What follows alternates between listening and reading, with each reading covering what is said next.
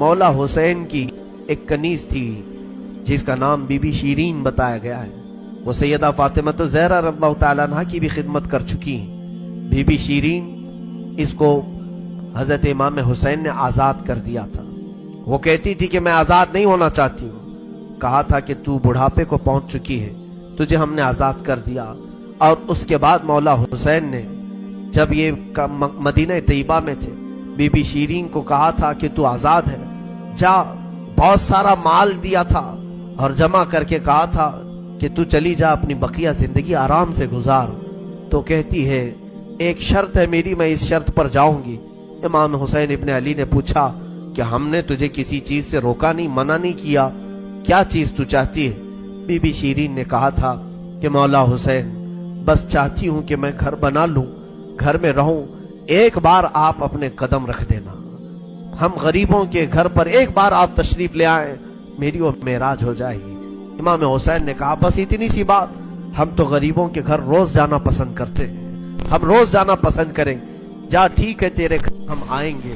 اور be be شیرین نے کہا نہیں مولا, میری ایک درخواست یہ ہے کہ آپ اپنے خاندان کے ساتھ آئیں گے, اپنے شہزادوں شہزادیوں عورتوں کے ساتھ آئیں گے.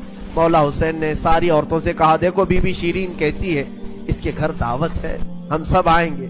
اور اس کو بطور مسکراتے ہوئے آپ نے فرمایا بی بی شیرین ایسا نہ ہو کہ ہم آئیں اور تو پہچان ہی نہ سکے, ایسا نہ ہو کہ تو پہچان ہی نہ سکے.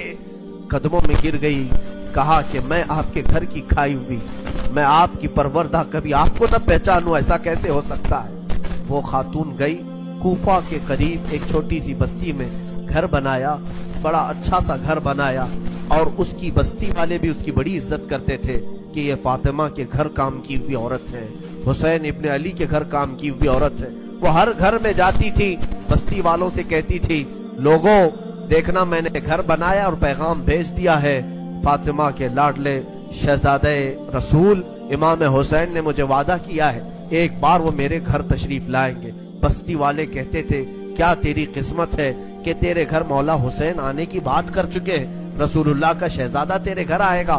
سب اس کی گاؤں میں بڑی عزت تھی, لوگ کہتے تھے کہ اس کی بات پر حسین آنے والے ہیں. ایک بار جیسے ہی بی بی شیرین کو خبر ہوئی کہ امام حسین مدینہ سے مکہ نکل چکے ہیں اور مکہ سے کوفہ آنے والے ہیں, جیسے یہ خبر ملی تو اس نے پیغام بھجوایا اور پھر اپنے گھر کو رنگ و روغن کرنا شروع کر دیا اور کمرے سجائے کہ مولا حسین کا قافلہ آ رہا ہے اور کوفہ جانے والے ہیں اور میرے گھر پر ٹھہریں گے. جنگ کی کوئی خبر ہی نہیں تھی. گاؤں والوں کو جیسی اطلاع ہوئی, گاؤں کے سارے لوگ اس کے ساتھ مل گئے.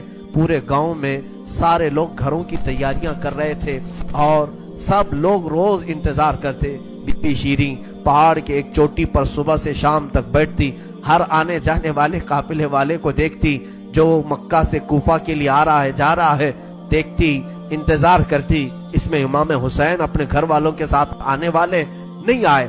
کئی دن گزر گئے اور اسی زمانے میں ایک رات ایسی آئی کہ اس کے گھر ایک عورت آئی.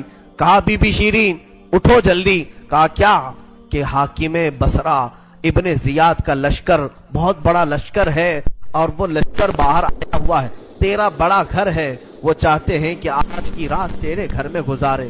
کہا کون لوگ ہیں, کیوں آئے ہیں؟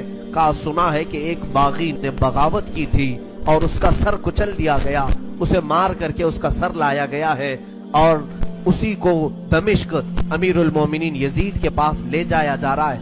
بی بی شیرین نے کہا پتہ نہیں کون سا باغی تھا, کس نے بغاوت کی تھی, کس سے جنگ ہوئی تھی, خبر نہیں ہے.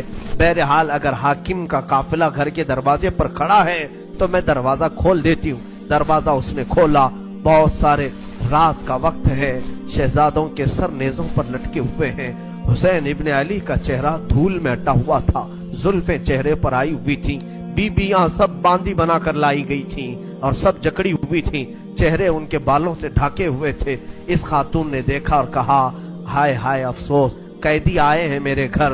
مولا حسین کہتے تھے قیدیوں کے ساتھ اچھا سلوک کیا جائے, قیدیوں کے ساتھ اچھا سلوک کیا جائے. اس نے اپنے گھر میں اندر داخل کیا, جو حاکم, جو اس کے سپہ سالار تھے, ان سب کو اندر بلایا, رات گزارنے کا